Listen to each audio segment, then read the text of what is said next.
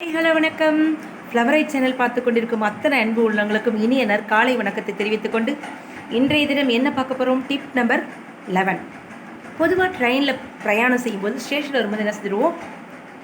Station வரதுக்கு முன்னாடியே எழுந்திரிச்சு போய் நின்றுடுவோம் இல்லையா?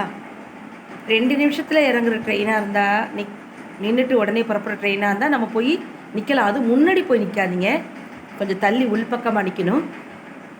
இதே ஒரு 5 நிமிஷம் 1/4 மணி நேரம் நிற்குன்னா கொஞ்சம் பொறுமையாக இறங்குங்க. தயவுசெய்து முன்னாடி போய் இறங்க வேணாம், கீழே நிற்கிறதாட்டி இறங்காதீங்க ட்ரெயினை விட்டு. ஏன்னா முக்கியமாக நான் சொல்லியே ஆகணும். 2 சின்ன குழந்தைங்களை அழைச்சிட்டு நான் போனேன் மயிலாடுதுறைக்கு. அப்போ ஸ்டேஷன் கிட்டக்க வருது, ரொம்ப ஸ்லோவாக தான் போயிட்டுருக்கு. போகும்போது 2 பசங்களும் எங்கள் 2 பசங்களும் கிட்டக்க நிற்கிறாங்க. நாங்கள் 2 பேர் பின்னாடி நிற்கிறோம். சரி, இங்கே தான் நிற்கிறாங்க பசங்கன்னு நினச்சோம். ஒரு செகண்டில் ஒருத்தன் என்ன செஞ்சுட்டு ஒரு பெரிய பையன் கீழே விழுந்துட்டார். அப்படியே எல்லோரும் பயந்துட்டோம். ஸ்லோவாக போயிட்டுருக்கு.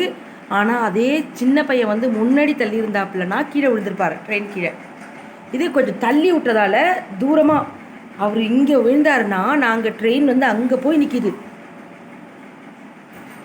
யாரும் இறங்கவும் முடியல, நாங்களாம் யாரும் இறங்கவும் இல்லை.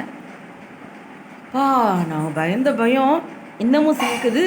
அதனால யாரும் தயவுசெய்து குழந்தைங்களை அழைச்சிட்டு முன்னாடி போய் நிற்காதீங்க.